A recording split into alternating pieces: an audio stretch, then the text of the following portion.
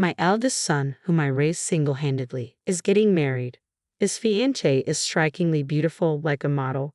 Yet it became clear that beauty was her only asset when she callously told me, "You're a dropout and a stranger, so don't come." To add insult to injury, I was deceived about the wedding venue.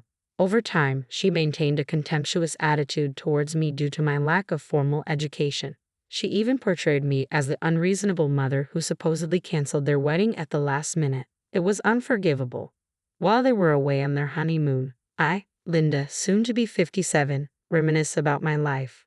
My husband had passed away from cancer the year our second son was born, leaving me overwhelmed with two young children. As the new year rolled in, I found solace only in working tirelessly day and night. My eldest son, Paul, stepped up admirably, caring for his younger brother Thomas. Even as a little boy, I did what I could for my boys, and Paul has grown into a remarkable adult. It was a challenge when he decided to enter the workforce straight out of high school.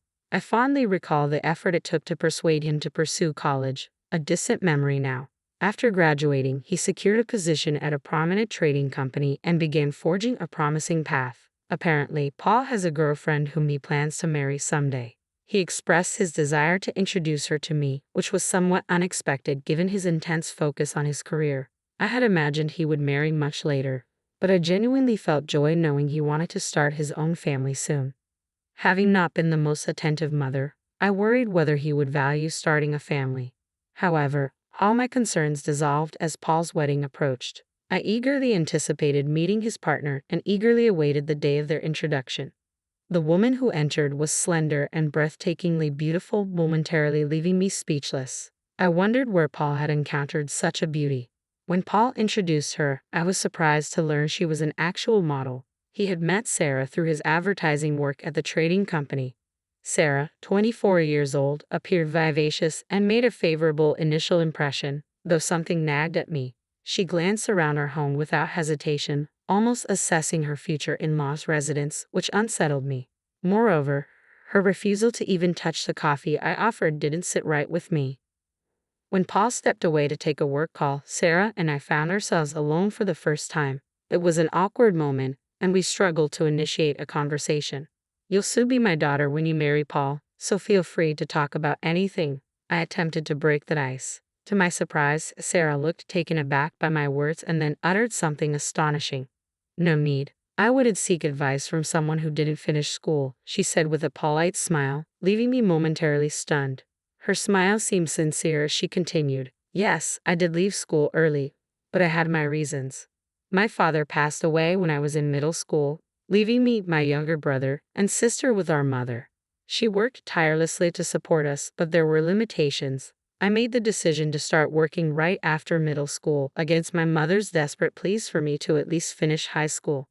I have no regrets about that decision even now."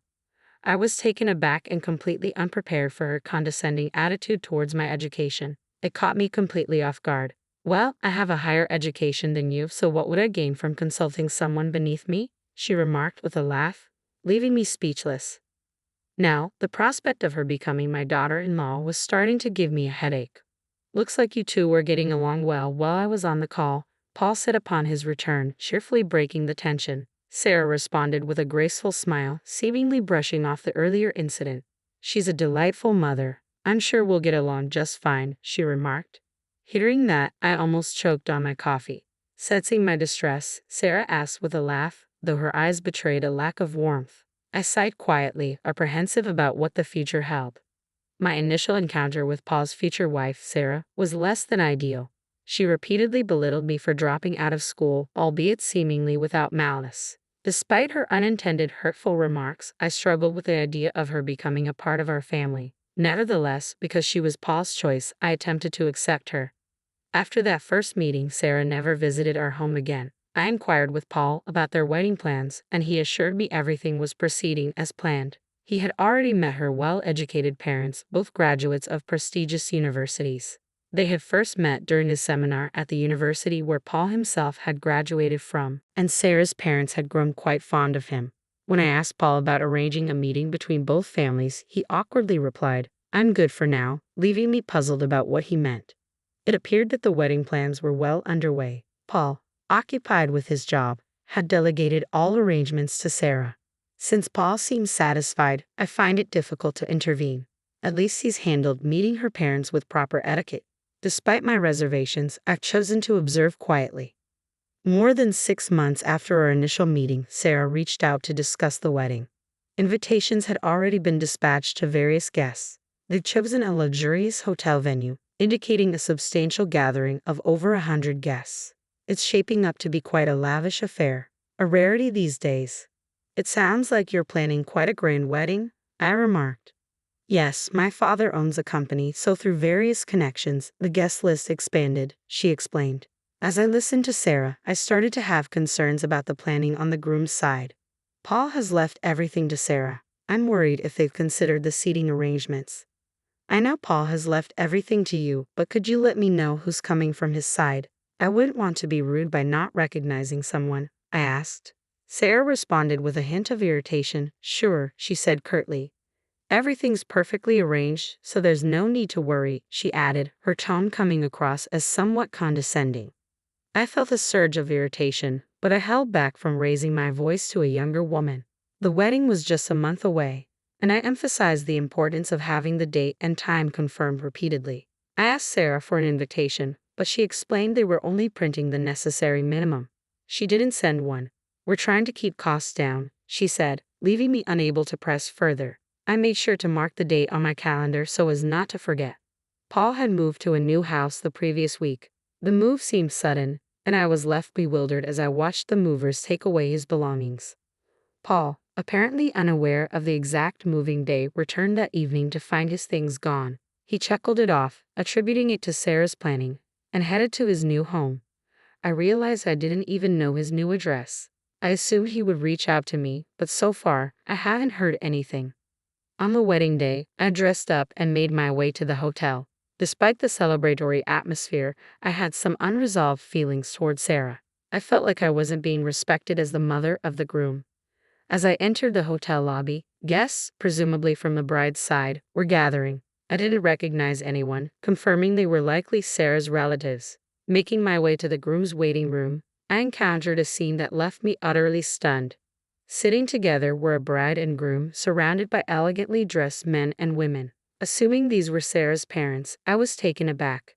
However, I soon realized they weren't Paul and Sarah at all, but complete strangers. They looked at me with confusion, understandably seeing me as an unexpected intruder in their private moment.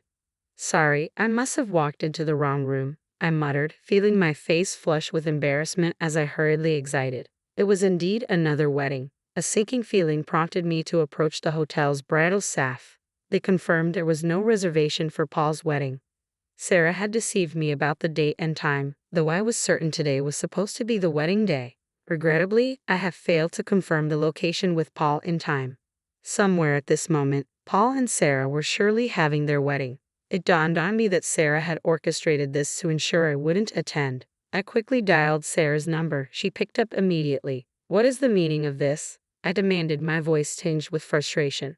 Sarah let out a heavy sigh. How inappropriate to disrupt such an important day, she scolded. She sounded alone. There was no one else around her. Sarah, you're the one being unreasonable. Why would you lie? I began, but she cut me off sharply. People who didn't finish school are strangers here, so leave, she declared coldly. Her words hit me like a blow. I seethed, thinking about the lengths she had gone to humiliate me. Paul and I understand, I said firmly. But it was too late to salvage the situation and make it to the wedding. My main worry was how Paul must have felt in my absence. In the end, I couldn't attend and returned home. The next day, I was awakened by a call from Thomas, who works overseas, and had regretfully informed us he couldn't make it back for Paul's wedding. Paul reached out to me, revealing that he hadn't shown up at the wedding either. He explained, it seems Sarah had contacted Thomas, and somehow the story got twisted into me opposing Sarah and canceling the wedding at the last minute. Paul was seeking advice from Thomas on how to handle the situation. Sarah's manipulation was nothing short of remarkable. I explained the truth to Thomas, recounting how Sarah had deceived me with false information, preventing my attendance at the wedding. Initially, Thomas seemed skeptical, perhaps thinking I was making excuses.